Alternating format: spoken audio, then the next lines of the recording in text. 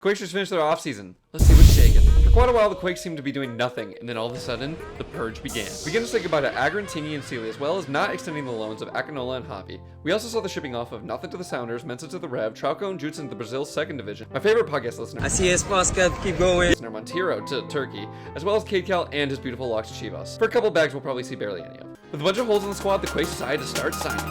Oh, let's go! That's class! But first with a bunch of Acapo, Rodriguez, Mooney, Baldissimo, Yule, Buddha, Richmond, Jack Skane continues to bring the pain. And the girl, Tommy Thompson! Then finally, the new arrivals start to flood in. Yeah, baby! That's what I've been waiting for. That's what it's all about. Started with two goalkeepers. Jamar gets in the draft. Drew convert from the dark side of the force. Bruno Wilson and Victor Costa complete the Portuguese-speaking back line potential. Morales from NYFC, as well as Norway's best scorer, Pellegrino. How do you think this offseason went? Welcome back under a new name. What's shaking? I'm your host, Sazarabi. Let's get right into it. We just saw what was shaking with the Earthquakes in the offseason. I want to bring up some new things that I think have happened to other teams over the season and that I think are a little bit interesting and worth talking about. I know I'm going to forget some. First, let's talk about Atlanta. I think that was huge that they kept Almada as well as they got Robinson and McCartney. Charlotte got a new head coach in Dean Smith. Acosta to Chicago. The Rapids got Zach Steffen, Sam Vines, and Milovic. Dynamo have Hector Herrera out for quite a while with an injury. That's a big blow. The Galaxy have a similar situation with us where they saw a guy with some iconic hair leave at Chivas.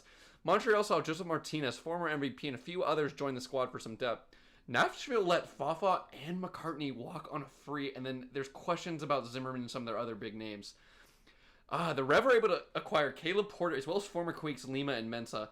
New York Red Bulls, who I think had a giant signing, and probably the biggest under-the-radar signing of the whole offseason with Emil Forsberg. I can't pronounce that. I'm sorry. I've done this like 5 times now. And a shock to Sounders. And honestly, the rest of the league in Orlando has picked up Nico Ladero, Sounders legend, as well as some other players to add some depth to their squad. They had great success last year, so I think they're trying to build some veterans and build on top of that. The Union are betting against Father Time, didn't really do much and are sticking with the old guns as a hurrah. Timbers have a new head coach, Phil Neville, and in my opinion, if it wasn't the name Phil Neville, we wouldn't even be talking about it. The Sounders got former Earthquake player Nathan. We let him go. Obviously, the injuries and who we picked up. SKC have Kevincho losing his mind. Whitecaps have Fafa Peakfall to add to their attack on pace and just a veteran, a little bit of depth. Oh, and I forget their name. Miami, I think. I think they're having like a 10-year reunion high school friend meetup over there. And LAFC.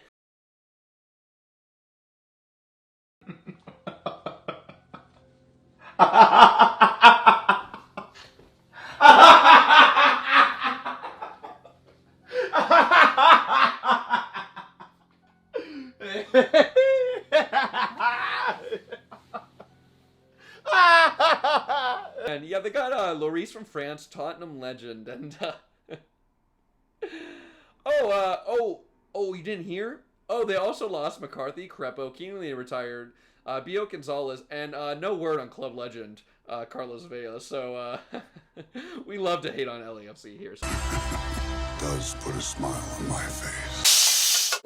I'm going to talk about the biggest ones for me personally. Charlotte, that's the first one for me. The head coach signing is huge. I'm not someone who believes in just signing the big names from Europe. I don't think that is statistically proven to be great over time. And then it's wishy-washy on whether they're going to be great or not, and then you have to pay the rest of your team, so that might affect. However, a head coach that can build system, and Dean Smith is proven in the Premier League. Say what you want, maybe he's never won or been like a Pep Guardiola, but I mean, he's been in the Premier League. I think this is good stuff for him. Charlotte had some great fans last year, great atmosphere. It's going to be great and interesting to see. I hope they do well. Atlanta, able to get Almada back. That was huge. And then they were also able to get Robinson and some more depth for the defense. So I think that's going to be really big for them. We'll see in the summertime with Almada how that's going to go. But I think that was good for them. Orlando, pick up some veterans. Ladero was a shock to the whole league. And I think that's something we're still all trying to fathom. It's weird to see him in the purple. But they were underdogs last year, and I really liked watching them play. I'm glad Columbus went to beat them because of Max Arfstrand, and we'll talk about that later. But other than that, it was fun to see him, and I'm glad they have some more depth to the squad and some veteran presence. So that's going to be interesting to see. I got some questions for St. Louis. Didn't really make too many signs. Lost a few players, and it's their sophomore season, and we've seen how that affects teams. Is sometimes we saw with Austin, it can go very poorly, or LAFC even. Like it can go really well, and this is technically St. Louis's third season because their first season was playing against 16-year-olds in MLS Next, but I won't even get started on that again. But it's gonna be interesting to see where they are. I'm not writing them out or saying this or that. Just keep an eye. I'm questioning. New York Red Bulls. I know I just slewed, and I always have the international European signings, but I think Wolfsburg is a good signing, and they were a decent squad last year. I don't think their morals were too great, referencing when we played them. But I think this is a great addition. It's gonna be fun to see. This is a player I like, so it's gonna be really cool to see them play. And then the Revolution. Caleb Porter had some serious success under Portland. Jabo played under him, I believe, and now they're also picking up Mensah and Nick Lima. Say what you want about them, but they do have MLS experience. So it's going to be very interesting to see how they do and building in that post-Bruce Arena era now. Now, I also want to talk about some of the ones that I gotta wait to see or I think are overrated, starting with Miami. Look, it's not Ultimate Team. It's not 2014. It's 2024. Now, I'm not saying Messi, Busquets, Jordi Alba, and Suarez aren't the best of the best, top of the top, and there's some old school cats in here that can really mess around with some of the young guys. Not saying that at all.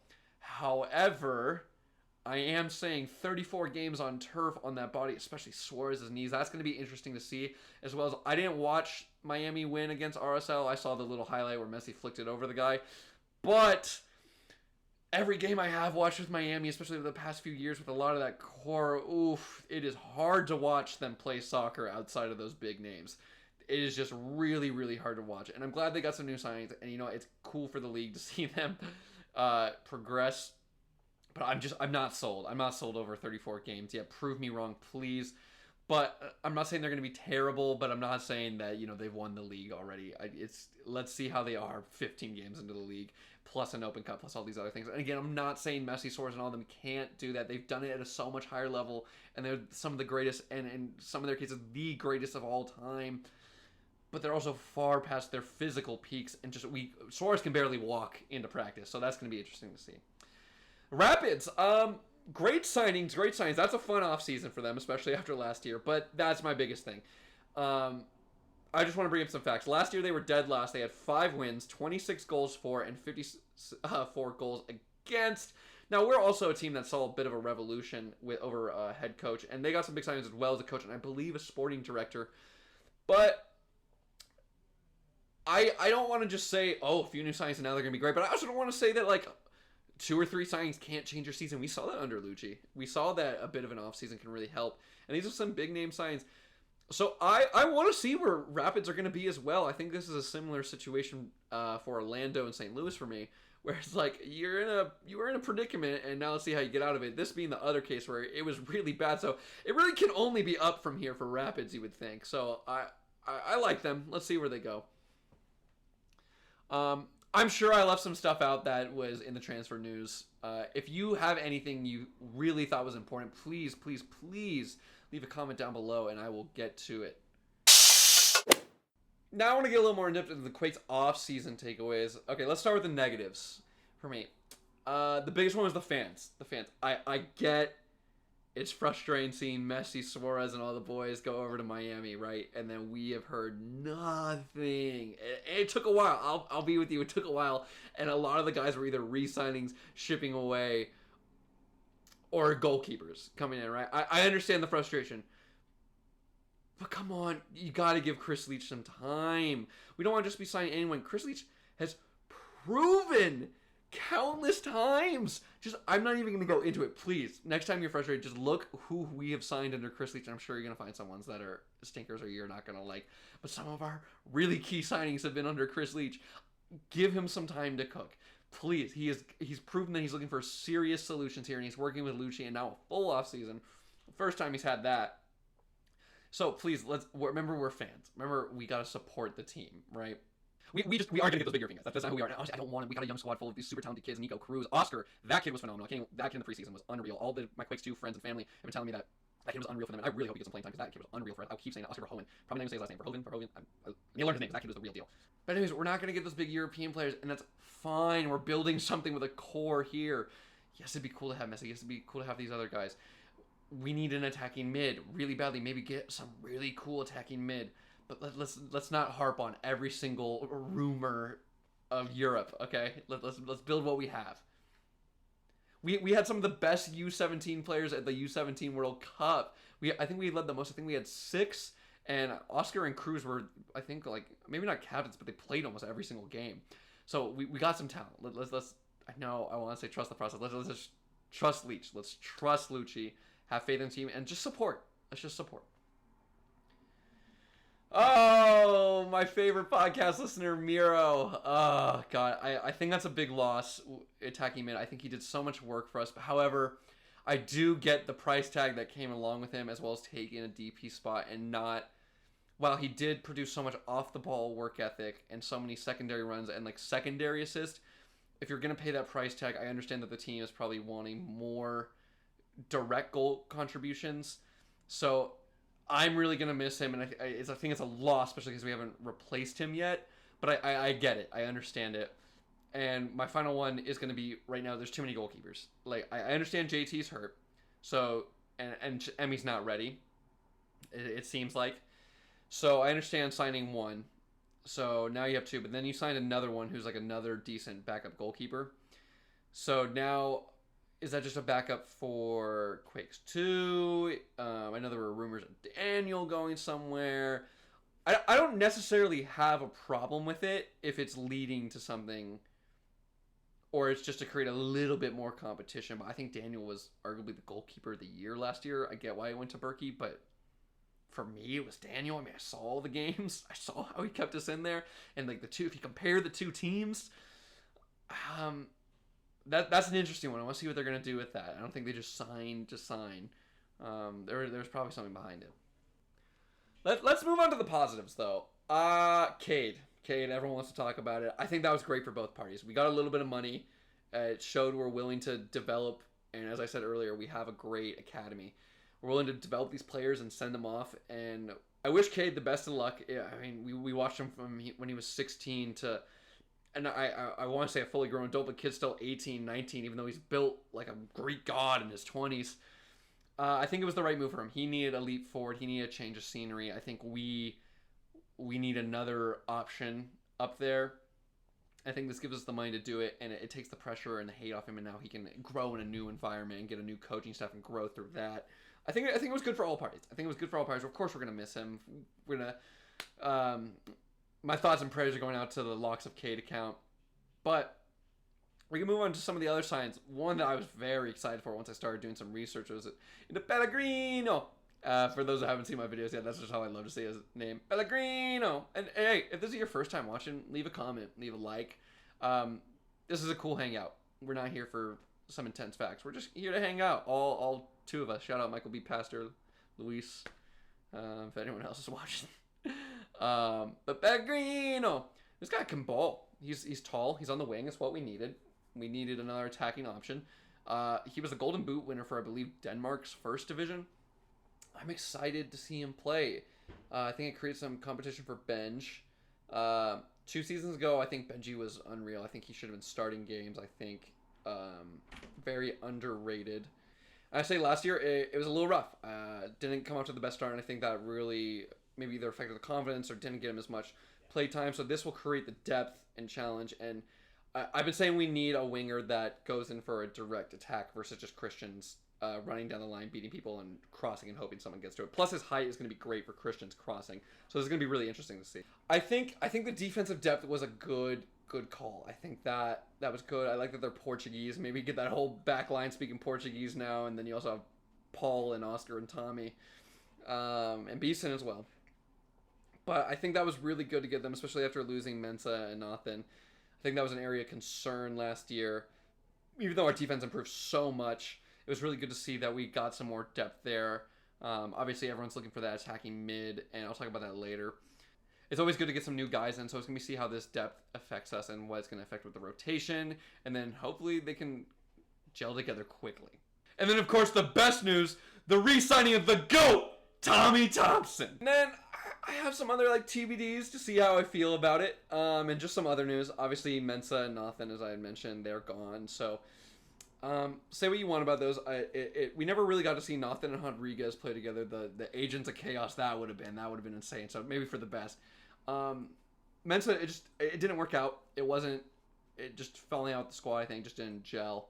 I think he was good for us, but also I did a lot of reviews of the games last year, and when I saw the goals, Mensa was, I don't want to say at fault for a lot of the goals, but was in the area for a lot of the goals if you're kind of catching my drift. But I wish him the best in New England. He was a great guy. And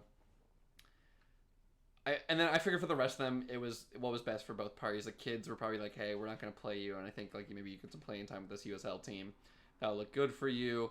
I think Judson was ready to go back home. His knees were hurting. It was time. Trauco probably just wasn't working out. I think that was best for both parties. Miro, I think, wanted a bit of money. I think we weren't willing to offer it. These are all speculations, of course. Cade, I think he was ready for the challenge and the money, and I think that was his next big leap. So I don't think there's any hard feelings. But what that does mean after the Miro transfer is we do have one DP spot left. And if you don't know, in MLS, there is a salary cap on how much you can spend on players, and like you can only have so many international spots, and you can trade, and you can trade for all this. It's a little complicated, but what a DP spot is, and each team I believe gets 3, but now 4, and I don't think you can trade for these. I'm not too knowledgeable. Again, this is a hangout. If you want some real information, go to Tectonic Takes, go to the Aftershock, and I know if you look at my old stuff, that's what it's called, but the actual Aftershock guys, Jamin and them, they're great. As well, the Tectonic Take guys, that's where you get real info. But if you want just to hang out, this is where you're at. And the DP spot pretty much is the hall pass. You get to pay as much as you want for this player, and each team will get 3 of those. And we got one of those left, and we desperately need a cam. We have some defensive mids. We have Morales, who's going to be a sub, realistically. We have Baldissimo, who just didn't make the first team. It looks like he's going to be kind of in Judson's old role. Grayso's at D mid. We've moved you around, and I like him attacking mid, but that's more of a spray guy, hold on to the ball, our captain, pass it around and move. We need that creative guy who's going in, that secondary striker, creating the attack, puts a bit of danger into the ball, a 10, a proper 10. And I think with that DP spot, we can really get one, and I'm glad Leach didn't just say, oh, well, we got it, let's go. He's taking his time with it, and obviously we haven't seen El Pellegrino, how he's doing yet, but that looked like a good signing. We've had Jabo. I don't know if Jabo was under Leach. I always forget that one, but we had Miro, who was great for us. We had Grayso, who was great for us last season. We had all these guys come under Leach. So Leach is taking his time, and now we have Lucci as well, who's going to be able to put his thoughts into it. So looking for that cam spot's going to be really important for me. I got a little beef with the league saying that we have got the worst chance, or like one of the worst chances at winning the league. It's like 62% of each conference get into the playoffs, and then it's who knows from there, right? But then you have Miami rating this high. It's like, okay, continue to doubt us, please continue to doubt us. Even though we made all these signings, there's other teams that haven't.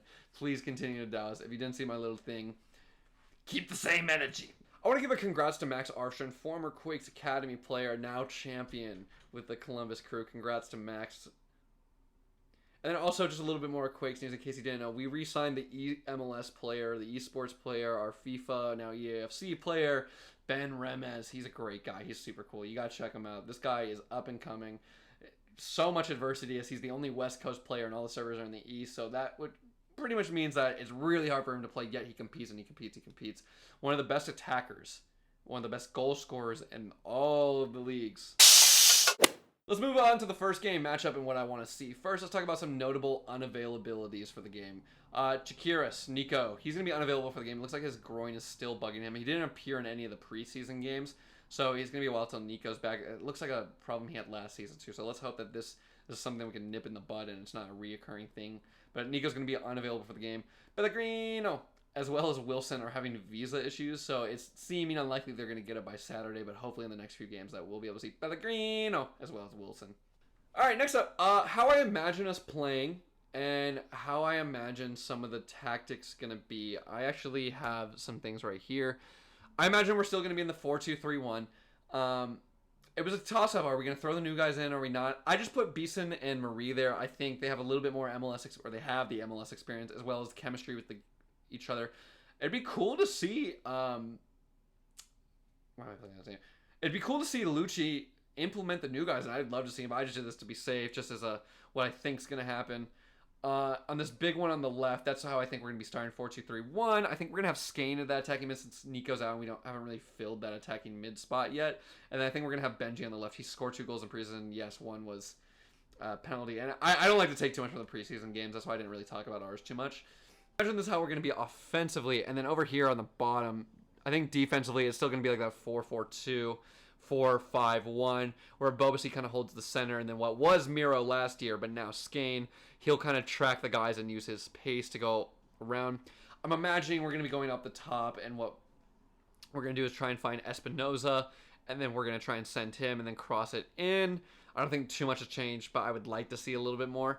What I'm also curious about is how we're going to press, because I'd say the beginning of last season, it was a lot of high press, a lot of trap, and then we got a little more tired last year, and the preseason looks similar to that. But again, as a preseason game, can't take too much of that. But let's move on to Dallas first before we get into too many of the details. Like I've been saying, you can't take too much from the preseason games, but I do have Dallas's record here. They beat Orlando, destroyed San Antonio's USL team like 6-0. They had a goalless draw over Chicago, a loss to the Dynamo, beat Miami, and lost to Barcelona SC.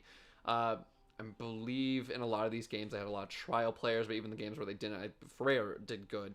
They also acquired Croatian Peter Musa from Benfica to their attack, so that's going to be interesting to see how they deal with that. Again, you can't take too much from a preseason game, so I can't say too much, but they have Jesus Ferreira, and they have this new guy. So this leads me on to what am I concerned about for the game. Our defense is new.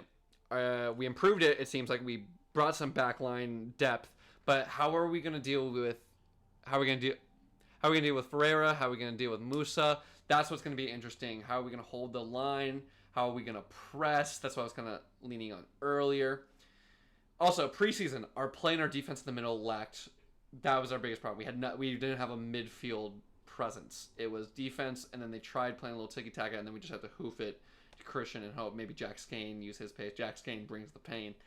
So I want to see our midfield come alive a little bit, play through the middle. I guess that's not our style, but don't be our weakness, per se. If it's not going to be our strength, that's fine. Each team to their own, right? But don't be our glaring weakness. So that's going to be interesting for me to see. My other question is, what if Espinoza doesn't have another MVP season this season? Where are we going to find our goals from? How can we get another outlet outside of Jabo and Espinoza, who scored 70-something% of our goals last year? I want to know, are we going to see a rotation of players? There were some games where I feel like we didn't sub or we didn't sub very much. So I want to see how we're going to rotate players this year, especially with a lot of the new guys coming in. I know there's visa problems and injuries already, but it's going to be interesting to see how we sub guys in. Can we do something other than hoof it to Christian? That's my other concern. I'm fine going to Christian, but if we get it to Christian, don't cross it in every time. I'd love to see a negative ball. I'd love to see it recycled around. The next concern is that it is in Dallas, and we were abysmal on the road last year. I won 2 games. Pretty much all our wins came from at home last season. We were a great home team. Let's keep that up. Great Lucci playing away is hard, right? I don't want to harp on that too much, but we gotta have a better road record than last year. Win your home games, and we can get just a few away games. On top of that, one of the things we had problems with last season, we led the league in conceding goals in the final 10 to 20 minutes. So can we shore up the defense for the full 90? Can we not concede early? And those are honestly some of my main concerns.